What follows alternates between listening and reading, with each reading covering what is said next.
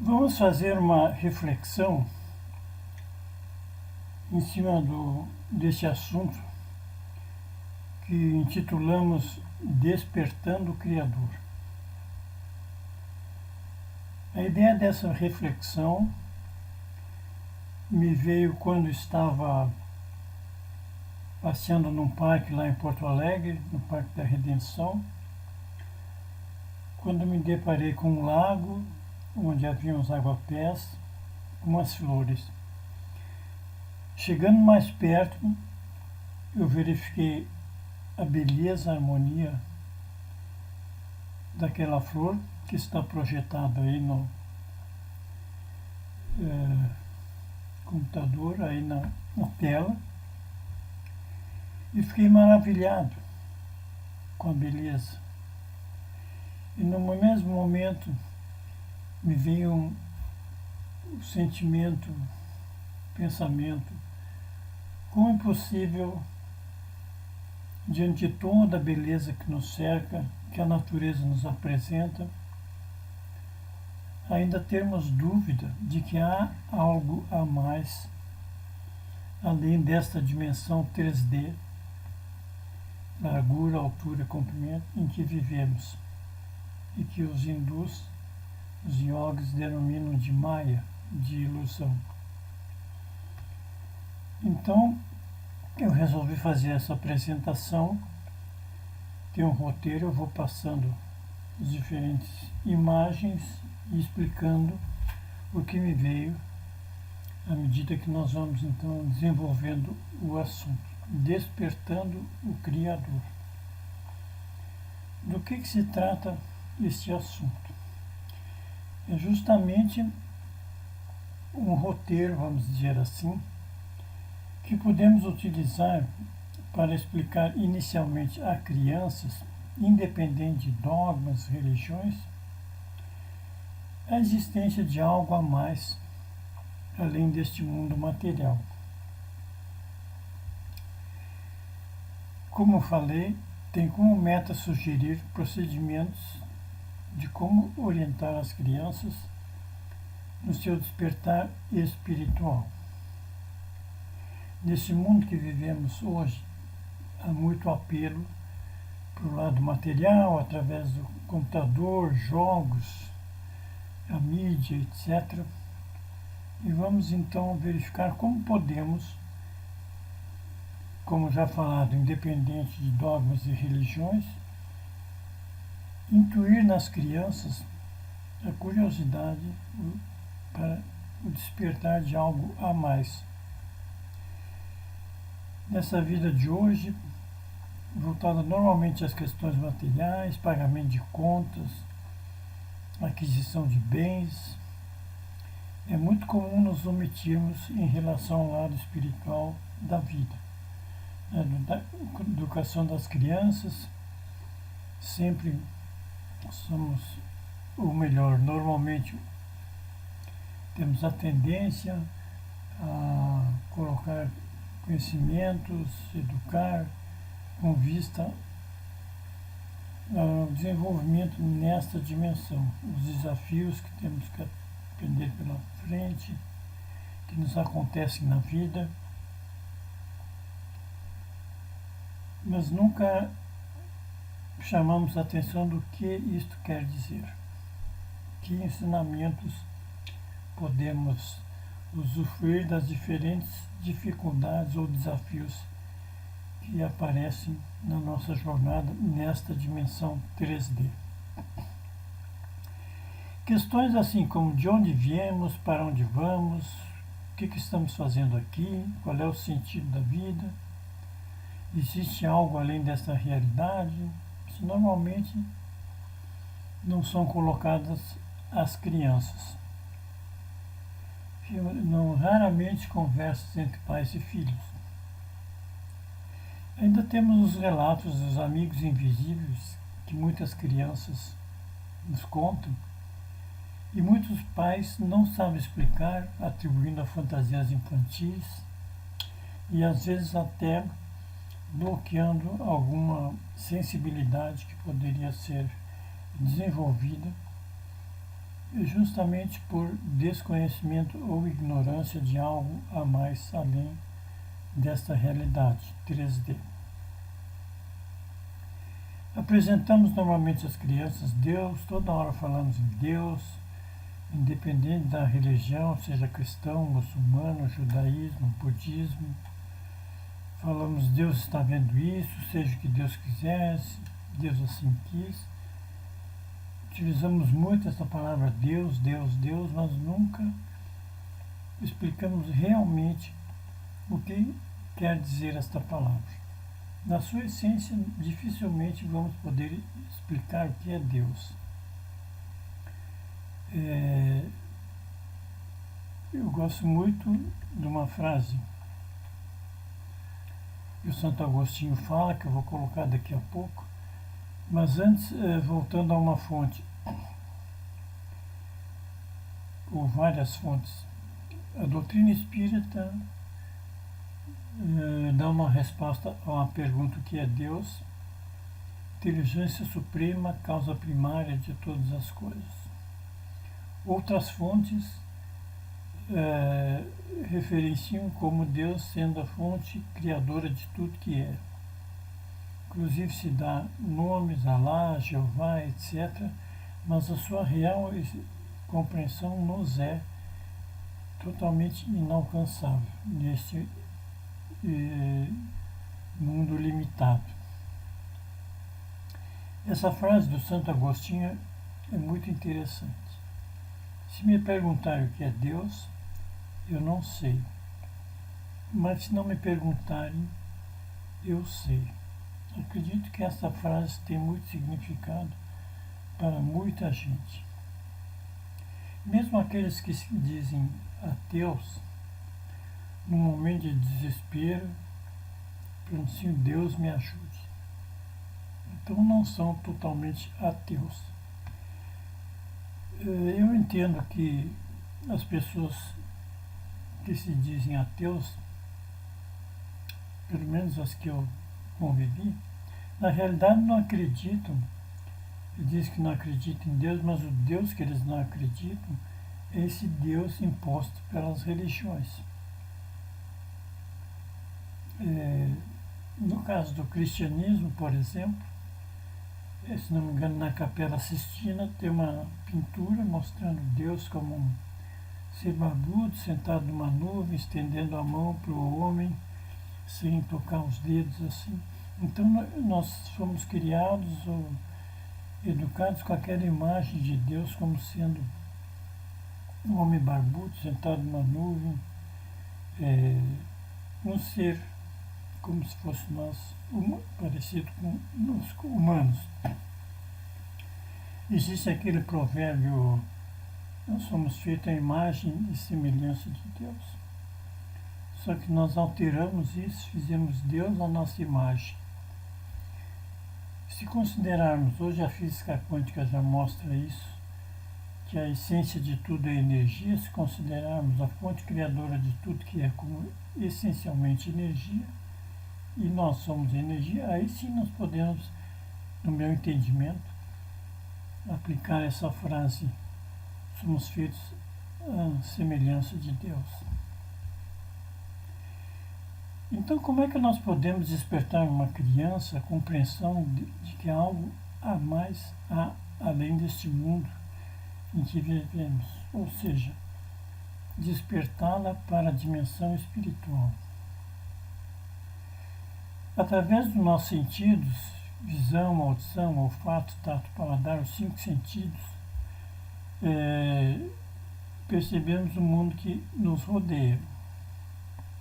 Essa dimensão denominada 3D, dimensão material, com a largura, comprimento, altura, e Einstein, depois, com o desenvolvimento da sua teoria, inseriu o tempo. E, na realidade, estamos imersos num mundo de efeitos, todos com uma causa original. Através da observação dos efeitos, desses efeitos que nos rodeiam, nós poderemos despertar na criança a compreensão a conscientização, a curiosidade sobre a existência de algo além disso tudo que nos cerca. Ou seja, a existência de outra dimensão, que na realidade são várias dimensões, a dimensão espiritual com a causa de todos esses efeitos. Essa causa que podemos considerar a existência de um Criador. E como podemos provocar numa criança este despertar? Independente de dogmas e religiões. Muito simples. Basta chamarmos a atenção da criança para observar a natureza que nos rodeia, que é uma expressão máxima da criação, com seus reinos mineral, vegetal, animal, independente de qual seja a religião que a família professa.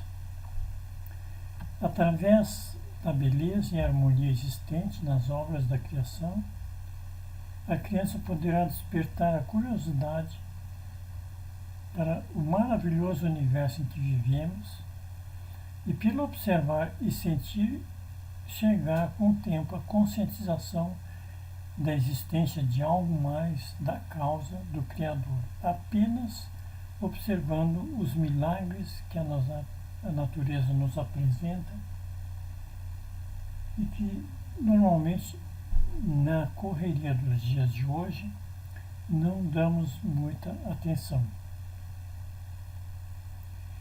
Essa frase do Leon Denis também acho muito interessante. A alma dorme no mineral, sonha no vegetal, agita-se no animal e desperta no homem. Serve para reflexão. Vamos falar sobre a água. A água que sem ela não conseguimos viver, a água que utilizamos diariamente, seja na nossa alimentação, nos nossos banhos, etc. Essa substância maravilhosa que encontramos ao nosso redor ocupa a maior parte da superfície do planeta, sem a qual não haveria a possibilidade de vida.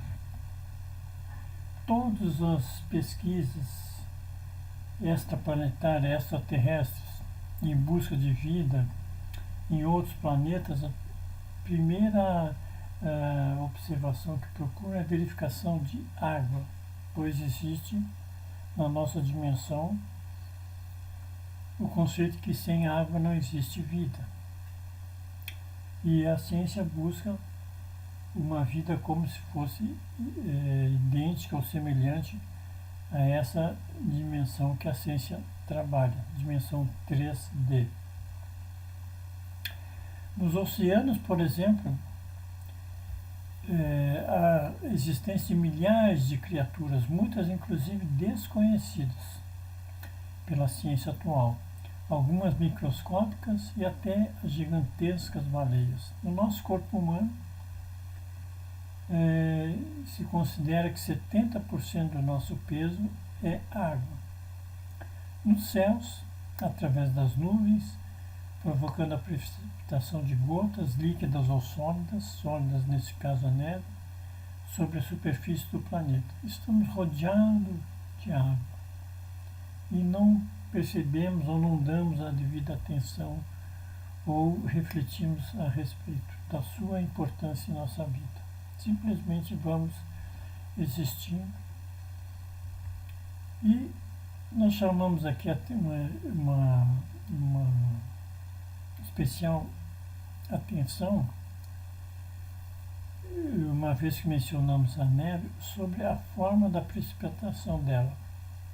São milhares de flocos em formas geométricas harmoniosamente perfeitas, sem que haja um floco idêntico ao outro. Então vamos apresentar algumas imagens para que possa ser observado. Como isso é possível? Tanta geometria, tanta perfeição, tanta harmonia. E cada floco de neve um diferente do outro. Como isso é possível? Assunto para reflexão. A lição do rio. Era uma vez um rio. Isso eu reduzi um texto do Renfrew. É muito interessante. Resumindo um lindo texto, o que nós podemos passar às crianças e também aplicar em nossas vidas, orientando as crianças e a nós para os desafios e aprendizados que encontraremos em nossa jornada nesse lindo planeta Terra em que vivemos. E o rio corre sozinho, vai seguindo o seu caminho. Para um pouquinho no remanso, apressa-se nas cachoeiras, precipita-se nas cascatas, mas no meio de tudo isso vai seguindo o seu caminho. Sabe que é um ponto de chegada, sabe que o seu destino é para frente. O rio não sabe recuar. Seu caminho é seguir para frente. A vida é como um rio. Por que se apressar? Por que correr se não há necessidade? Por que empurrar a vida? Por que chegar antes de se partir? Toda a natureza não tem pressa, vai seguindo o seu caminho. Assim são as árvores, os animais, tudo tem seu ritmo, tudo tem seu tempo. É bom viver do jeito do rio. Se não houver frutos, valeu a beleza das flores. Se não houver flores, valeu a sombra das folhas. Se não houver folhas, valeu a intenção da semente. Renfrew. Vamos agora falar um pouco sobre o reino mineral. Diferente do reino animal e vegetal, o reino mineral é formado por tudo aquilo que não possui vida. Por exemplo, a água, o solo, os gases, os minérios, as rochas. As crianças na infância são geralmente atraídas pelas cores e formas das diversas pedrinhas que encontram pelo caminho. Muitas fazem coleções. A variedade de exemplares que encontramos na natureza ao nosso redor é imensa, nas mais diversas formas e cores. E se observarmos atentamente, possuem formas geométricas bem definidas, desde um pequenino grão de areia até enormes cristais. Aqui uma imagem com a variedade de cores apresentadas no caso dos cristais. Incentivar crianças a colecionar pedrinhas as desperta para a variedade de cores e formas encontradas no reino mineral. Há uma diferença básica entre pedras e cristais.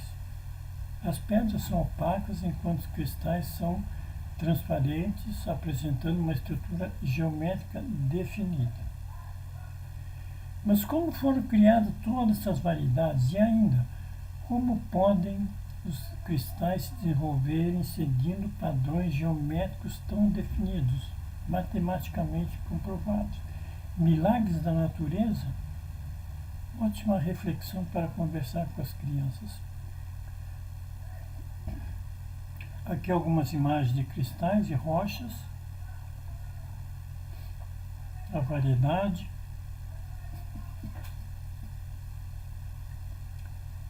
As cores, as formas. E aqui uma caverna de cristais de selenita gigantes no México.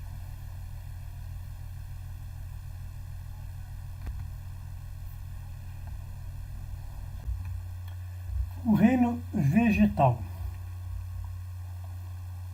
A variedade de plantas, de ervas que observamos na natureza, muitas utilizadas como chás com seus benefícios. A diversidade existente, por exemplo, na Amazônia, onde muitas espécies ainda são desconhecidas. Por que tanta diversidade? Por que tantas formas? Como é possível? Como foram criadas? Pelo reino vegetal, a criança pode mais facilmente observar a maravilha da criação, as cores, o verde com as suas diversas tonalidades. Olhamos para um mato ou para uma floresta, dizemos é verde, mas na realidade a quantidade de tonalidades existentes é muito grande. Mais escura, mais clara, as formas das folhas, cada folha uma determinada planta seguindo a mesma geometria, de planta para planta, a diversidade nas formas das flores, mais alongadas, mais estreitas, arredondadas, uma diversidade incrível que podemos observar no reino vegetal. E as flores, então, com as suas variedades, as belezas, os perfumes, a harmonia apresentada nas formas geométricas, tudo isso nos leva a uma reflexão. Podemos colocar para as crianças como é possível tanta diversidade, tanta beleza, tanta harmonia. Como foi isto criado? A variedade das cores e formas e perfumes, a geometria perfeita, matemática, a beleza, a simplicidade, novamente a harmonia existente. E aqui uma foto das plantas que me atraíram a atenção, para verificar mais de perto. Esta flor é um aguapé, que tirei esta foto. E fiquei maravilhado com a simetria, com a beleza, com os detalhes, e que me levou a fazer esta apresentação. As árvores, então, plantas com seu crescimento mágico, desenvolvendo-se a partir de uma simples sementinha. Observamos nesta imagem a grandeza desta árvore. Quantos, provavelmente, séculos de crescimento a partir de uma sementinha. Quanta história para contar. E tudo a partir de uma pequena semente que, entre aspas, apodrece, germina, inicia com uma pequena plantinha e vai se desenvolvendo até chegar, neste caso, neste exemplo aí, a grandeza desta árvore. A geometria presente nas formas, nas flores, nas plantas, seguindo uma geometria, uma lei matemática perfeita, que inclusive leva um ramo da ciência denominado design inteligente. Cientistas estudiosos, não tão ortodoxos, espiritualizados, que começam a pensar ou ter a certeza da existência de uma inteligência superior, uma inteligência maior por trás da criação, em função da perfeição da geometria, das leis matemáticas que são seguidas nos desenvolvimentos, por exemplo, das plantas e das flores. Observando um girassol, então, que beleza desta planta, geometria perfeita, em espiral, desenvolvendo, crescendo. No caso do girassol, tem o estudo da frequência de Fibonacci, que é uma lei matemática totalmente observada no desenvolvimento desta flor. Vamos passar agora para o reino animal. O reino animal nós vamos diferenciar do reino hominal. Nessa imagem aqui nós vemos um exemplo da diversidade do reino animal. Espécies existentes na água, na terra, no ar. Aqui não está relacionado, demonstrado o homem, porque é considerado, um ser inteligente, e um reino, vamos dizer assim, hominal, diferenciando do reino animal, onde prevalece o instinto. No reino hominal já há fator inteligência, o que o distingue das outras espécies do reino animal.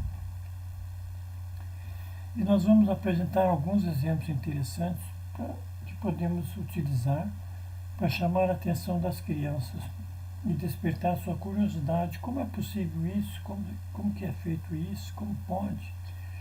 Por exemplo, o trabalho em equipe das formigas e abelhas. Cada integrante da comunidade vai realizando sua função em benefício de todos.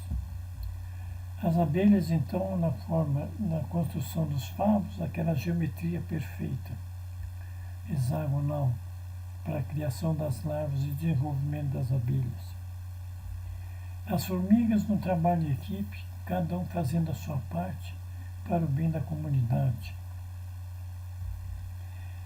Outro exemplo ainda encontramos o trabalho das aranhas construindo as suas teias para obter alimento com uma perfeição geométrica interessante. Como ela pode fazer isso? E o que dizer então das borboletas?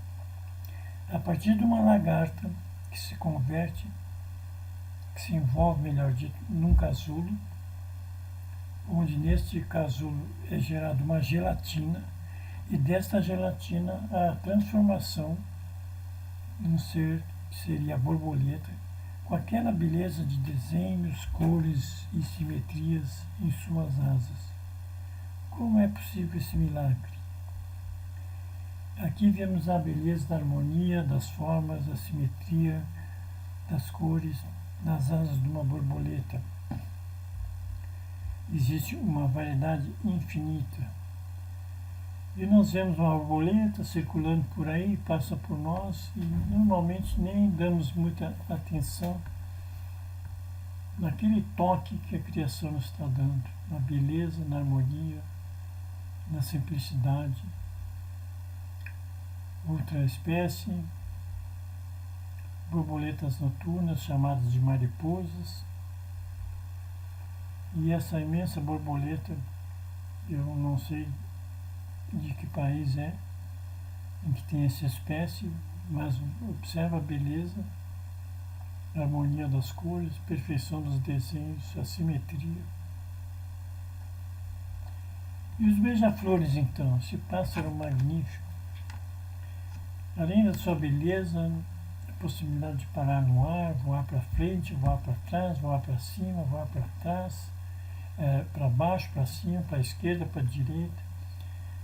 Se fez um cálculo aproximado que um beija-flor bate mais ou menos 53 a 80 vezes, dependendo da espécie, as suas asas por segundo, que possibilita todos esses movimentos, que é o único pássaro que tem essa possibilidade de parar no ar e voar para trás. Concluindo, estimular o contato das crianças com a natureza, observando toda a beleza, a harmonia, a sincronicidade entre os reinos mineral, vegetal, animal, é uma maneira saudável de despertá-las para a espiritualidade. Sem dogmas, independente de religião que a família processa, a observação atenta da criação através da natureza nos possibilita sugerir às crianças a existência de uma causa criadora de todos os efeitos que presenciamos no que chamamos de vida, independente do nome que se dê a esta causa original. Juntamente com a criança, podemos agradecer ao universo, à natureza, ao Criador, de acordo com a sua crença, pela beleza e harmonia desse lindo planeta Terra em que vivemos, despertando o Criador.